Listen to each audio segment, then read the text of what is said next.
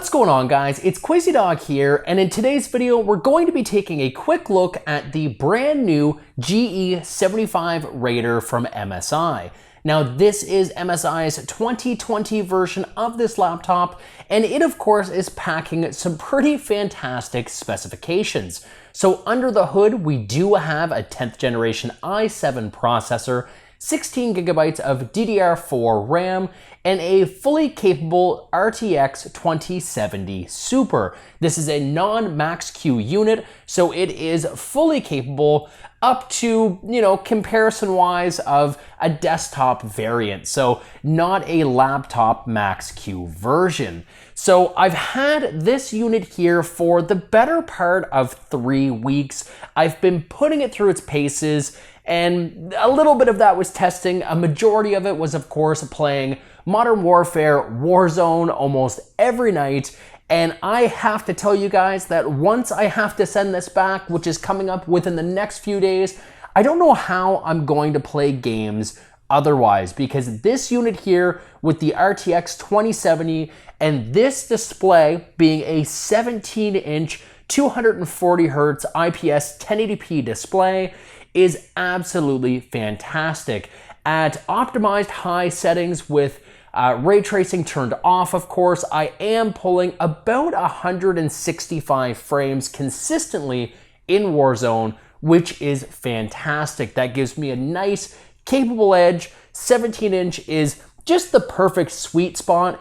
Anything smaller would have almost been too small, but looking at this 17-inch monitor, I really don't know how I've been using the 55-inch 4K TV behind me for this long, because this is really the perfect size that you're not strafing side to side with your head to see the full real estate.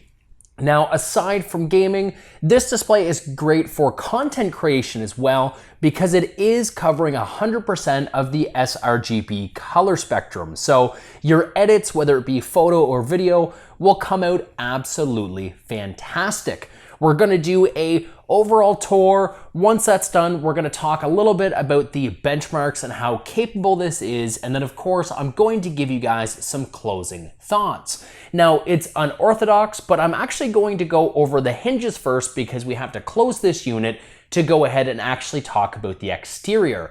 So the hinges on the GE75 are actually among probably the stiffest hinges I've ever used on a laptop. Some people will like that, other people may hate it, and you can see here that the hinges actually keep their placement, I would say, until maybe about 5% of the way of it being closed, and then gravity finally takes its course, its weight kind of shows its true form, and it closes. To open the unit up, unfortunately, it's really not a one-handed device. You're gonna see that we're lifting the whole unit up, so you will need 2 fingers to open this up, or 2 hands, I should say, maybe 1 finger on each, but very, very stiff hinges. We're gonna close this again, and I want to show you guys the exterior of this laptop. So right here, you're going to notice that there's very minimal branding, which I think is fantastic. We've talked a bit before in some of my other laptop videos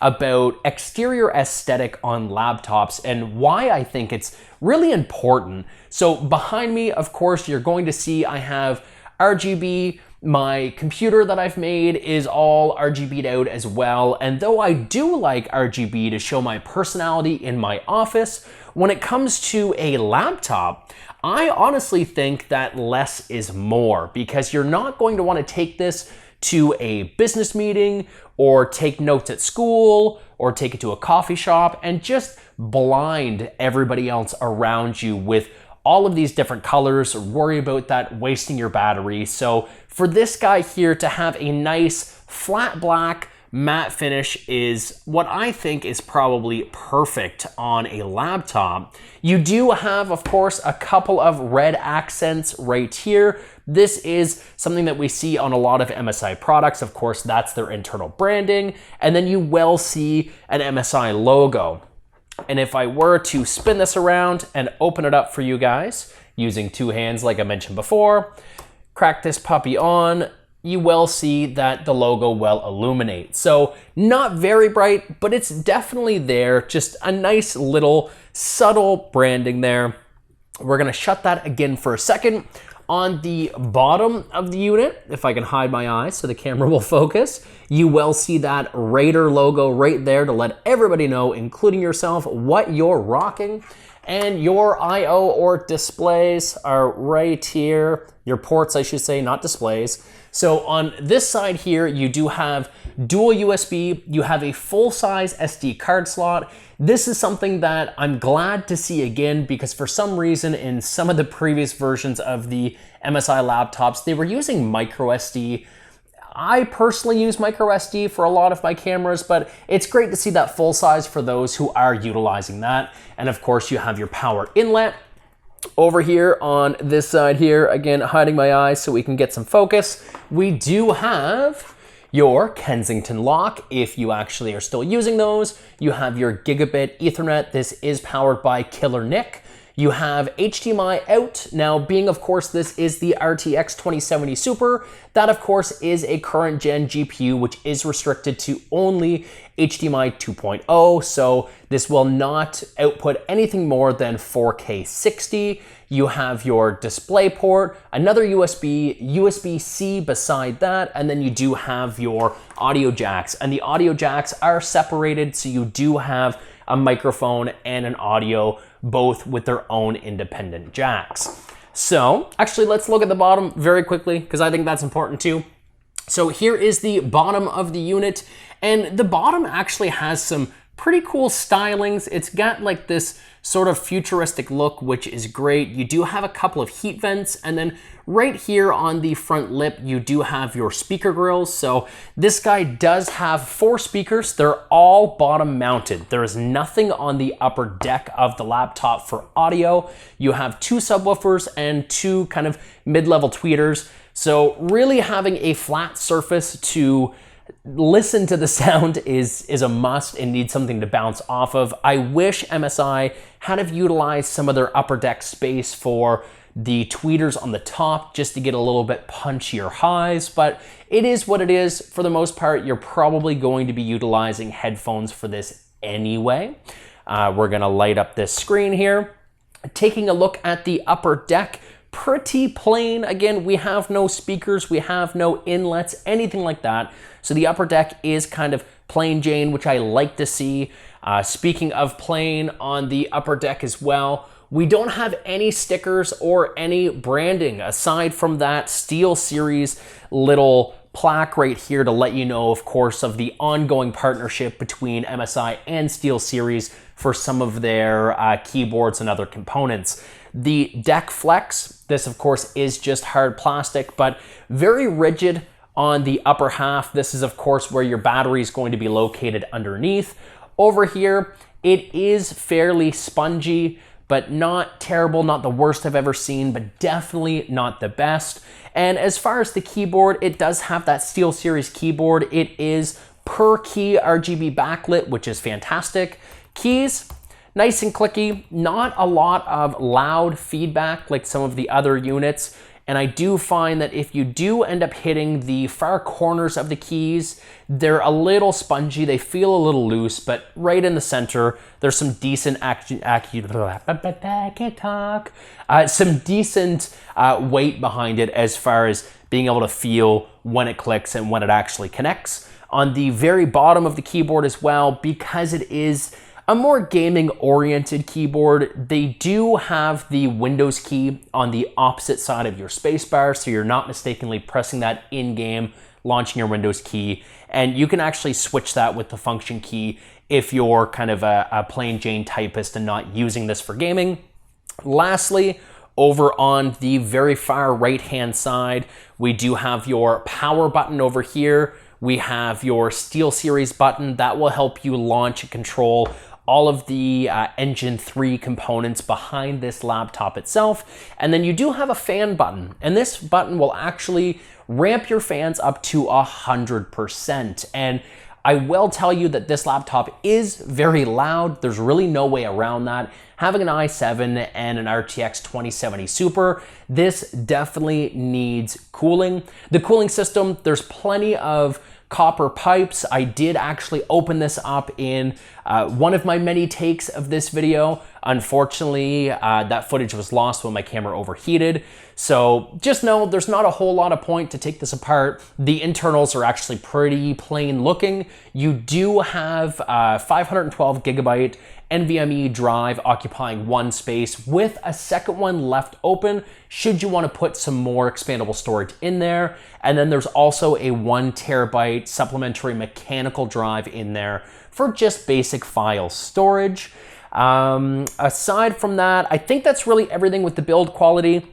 The only thing aside from that is if you guys can see that there, the actual mouse pad, or the trackpad, I should say. So the nice thing with this trackpad, and we talked in some of my other videos, specifically my last video, I think of the WS series, that trackpad was huge. And one issue I had with that was when I was typing, when I'd put my hands down and start typing, I was getting a lot of false touches because that trackpad was just too big. It's nice to see a more average size trackpad on this unit, along with 2 actual physical keys for left and right click. Some people will love that, some people will hate that. For me, I like the physical keys. I don't like having a giant trackpad that just has like the little touch segments on the bottom, or maybe where the far corners depress down a little bit. I like having dedicated buttons. It's a nice tactile feel. You're gonna get that nice satisfying click, which is fantastic. So to bring this back in frame, we talked a bit before about how I've been personally using this, which is primarily playing Warzone, and it's fantastic. Like I said, I'm pulling on average about 165 frames at optimized high settings with ray tracing off. We have the shadows dialed down just a little bit, but the 17-inch screen with the 240 hertz refresh rate is absolutely fantastic. It will handle all of those extra frames, not a problem. And if you guys are playing games like Counter-Strike or even Fortnite at like competitive low settings, you'll have no problem maxing this guy out at, you know, the upwards of 200, 240 frames per second, which is perfect. You can use ray tracing as well. You can play AAA titles, not a problem. You're going to be able to power this either with an external display or using this at 60 frames as well, with very great results if you're really a high fidelity gamer, somebody that really likes that graphical experience. But for me, I really like frames. That's really the whole purpose of PC gaming. So for the ability to go beyond 60, beyond 140, go all the way up to 240 hertz is fantastic on this unit. Now, being that it covers 100% of sRGB as well, this is fantastic for creators. So you're going to be able to use that GPU, you're going to be able to use that 10th gen i7. Everything about this is going to be great for photo and video editing. If you're running After Effects, if you're using anything in the CC suite, this is your guy. This is perfect. And I think this melds business and gaming and school and all of these different functionalities and all of these different purposes that somebody would look at a laptop specifically for. I think it melds it all together very, very well. We talked about the absence of RGB. If you like that, then MSI and other brands, they do have, you know, crazy RGB variants. To me, those are more desktop replacements, where this one is more along the lines of mobility, something that's super portable. The brick I have right here, if I can get it into frame, the brick is quite big. It's not the thickest, but the thing I like about this brick as well is there's no heat vents or exhausts on it, so I don't find it actually gets hot at all. You're not gonna have an issue with waiting for it to cool down before you put it in a bag. Not gonna have to worry about it being on carpet if you're in a workspace that doesn't have hardwood floors or something like that, tile floors, or no floors like my office, which is still under construction and still concrete. But the brick is fantastic. You will need this brick no matter where you go, because the battery life is actually quite poor on this. Very, very small battery. If you're using it for general productivity, you're going to get maybe about 1.5 to 2 hours of battery life. If you're gaming on this guy, you're gonna be lucky to get maybe 40 minutes. So battery, very small, not big at all. The battery itself, as far as how it utilizes the rest of the hardware as well, when unplugged, even if you actually open up the Dragon software and leave this in either high performance or gaming mode, you're going to have a hard time gaming on it. It will underclock the processor and underclock the GPU to the point that it's really performance impacting. At one point, I mistakenly had this unplugged and tried to play Warzone, and even with all of the settings untouched, where I typically would get about 165 frames on this in optimized high settings, 1080p, it automatically recalibrated my resolution to 66% of 1080p and pretty much locked me at about 30 frames. And I played about a game because I was already loaded in, and after about 25-30 minutes, I noticed that I was down probably about 20 to 15% of battery left. So not the best for gaming when it's kind of in its mobility state, but productivity should be fine. It should get you by for a little bit of time. So I have run a couple of gaming benchmarks and I have run a couple of performance benchmarks on this. We're gonna slide these up on the screen now. And honestly, these results are fantastic. So comparing this to a desktop, of course, this 2070 Super is not quite to spec, but talking before, again, it's not a Max-Q variant. It's not completely nerfed. You will get great results. When we look at some of the benchmarks that I showed, numbers will be a little bit lower. Keep that in mind. But I'm seeing more people transition outside of, big desktops like that are definitely more capable, but more people are transitioning to an all-in-one solution like this guy here. Students, something like this is great. You're gonna have means of portability, full-size keyboard for typing and note-taking, not too distracting, but when you want an escape and you want to either game or you want to be creative, there's absolutely nothing wrong with the GE75 Raider from MSI. I think it checks a lot of boxes for a lot of people, as it did for me personally. If you're interested in this unit, I will have up-to-date pricing and availability via the links, of course, in the video description. And I'd like to interact with you guys in the comments as well. Do you think that laptops are the new desktop? Is this something that you'd be interested in spending your money on going forward? Or are you a PC purist that really likes a more subtle, I suppose I could say, laptop and then a powerhouse desktop to rely on for most of your productivity and your gaming? I'd love to hear your thoughts in the comments below. But until the next video, guys, my name is Quasi Dog. You guys have been awesome, and we'll catch you all in the next video. Take care.